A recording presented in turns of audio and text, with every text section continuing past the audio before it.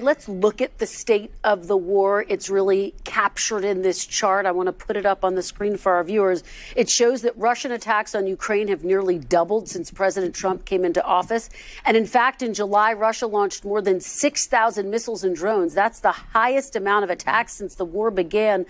What do you say to Ukrainians who worry that without a ceasefire in place, you are giving Putin more leverage at the negotiating table and a green light to drop more bombs?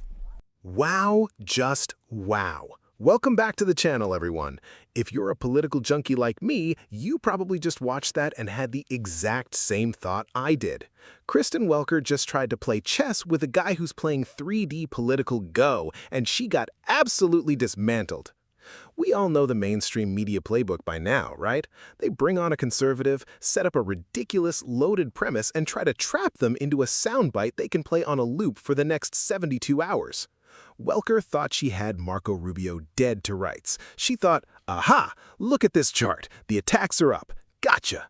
But here's the thing about Rubio. The guy actually knows what he's talking about. He understands statecraft. He understands geopolitics. He doesn't just read talking points off a teleprompter like these network anchors do. What we just watched was a masterclass in how to handle bad faith journalism. Welker tried to paint this simplistic, kindergarten-level picture of international relations, and Rubio patiently, almost painfully, had to explain to her how the real world actually works. It was embarrassing for her, frankly. It's embarrassing for NBC News. But it was a huge win for anyone who actually wants a serious adult handling our foreign policy. Stick around because we need to break down exactly how Rubio took apart every single one of her flawed arguments. This is why you don't bring a knife to a gunfight. Well, the problem with that is that we've been asking for a ceasefire for a long period of time. We think usually it's very hard to negotiate when you're in the middle of hostilities. But that said, the only way to have a ceasefire is for both sides to agree to stop firing at one another. Beyond, and the Russians just haven't agreed to that. Beyond that, I would say that one of the complications about ceasefires is they have to be maintained, which is very difficult. I mean, every single day we keep an eye on what's happening between Pakistan and India, what's happening between Cambodia and Thailand.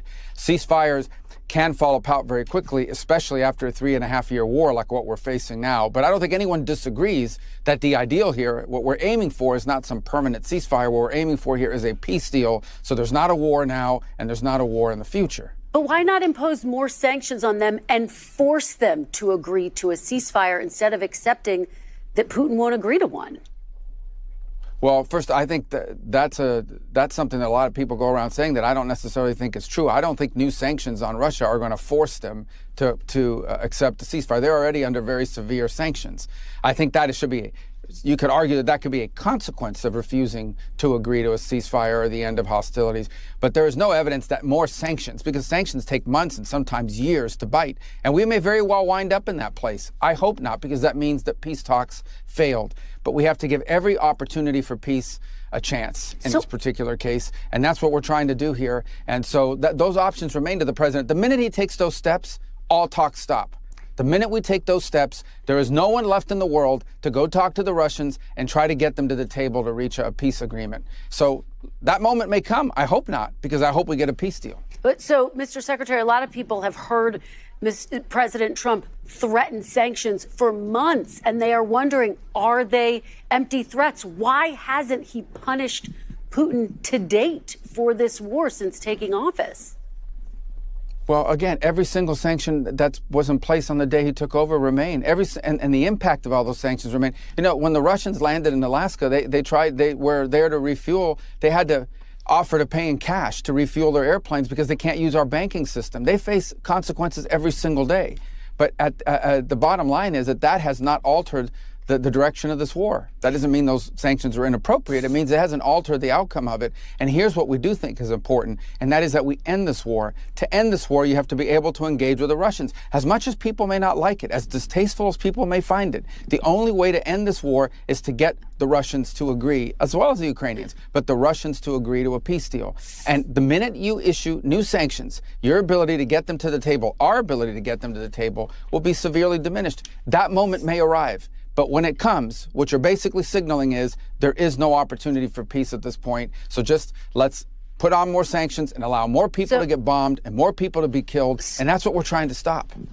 So, Mr. Secretary, what will Russia have to give up? What concessions will Russia, the aggressor, have to make as a part of this peace agreement? Well, that's what these negotiations are about. And as you can imagine, everybody goes into a negotiation wanting 100% of what they want. That includes Ukraine, but obviously the Russians. And the only way to reach a deal on anything, whether it's in business or in politics or in geopolitics, the only way to reach a deal is for each side to get something and each side to give something. And that's been very difficult. If it was easy, this wouldn't have been going on for 3.5 years. Understand, the longer these wars go on, the harder they are to end, unfortunately. And I understand that these negotiations are ongoing, but can you name one thing that President Trump is asking Russia to give up in order to get peace?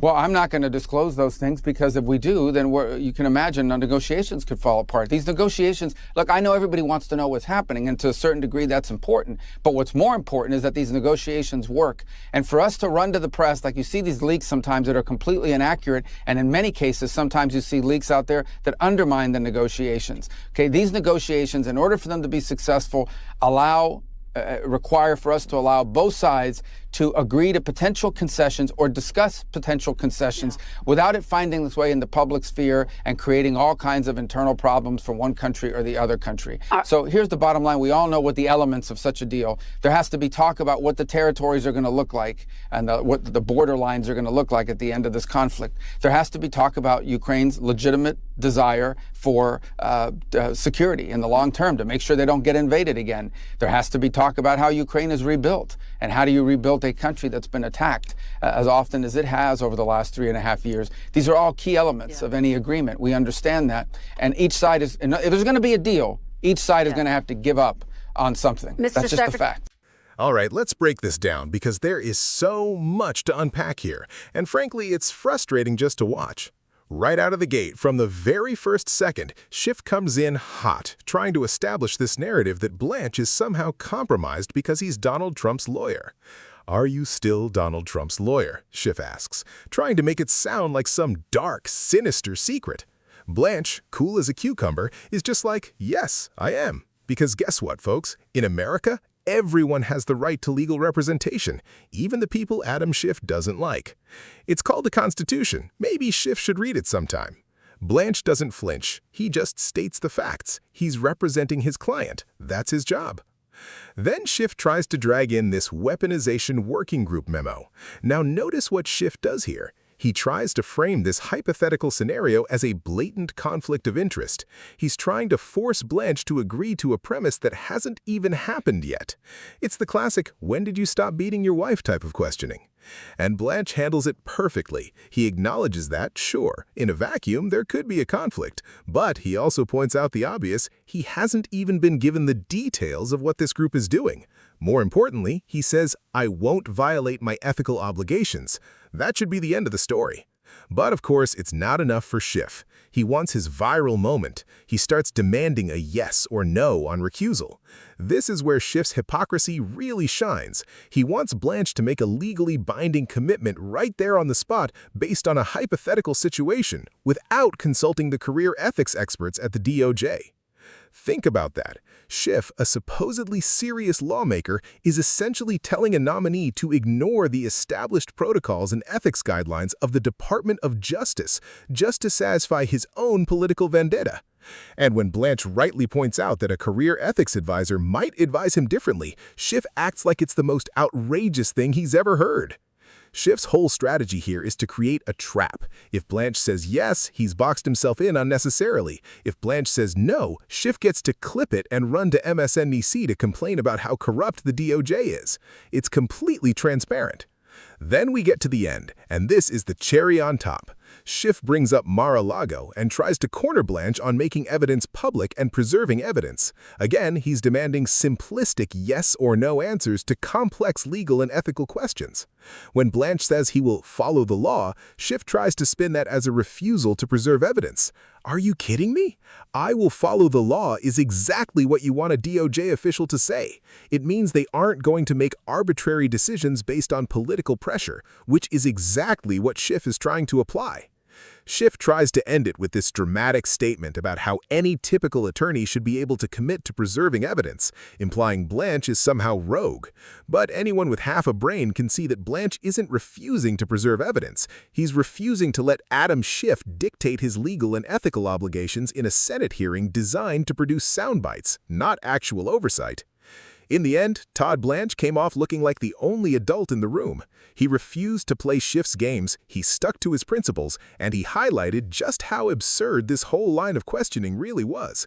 It was a masterclass in dealing with a bad faith actor, and honestly, Schiff walked right into it.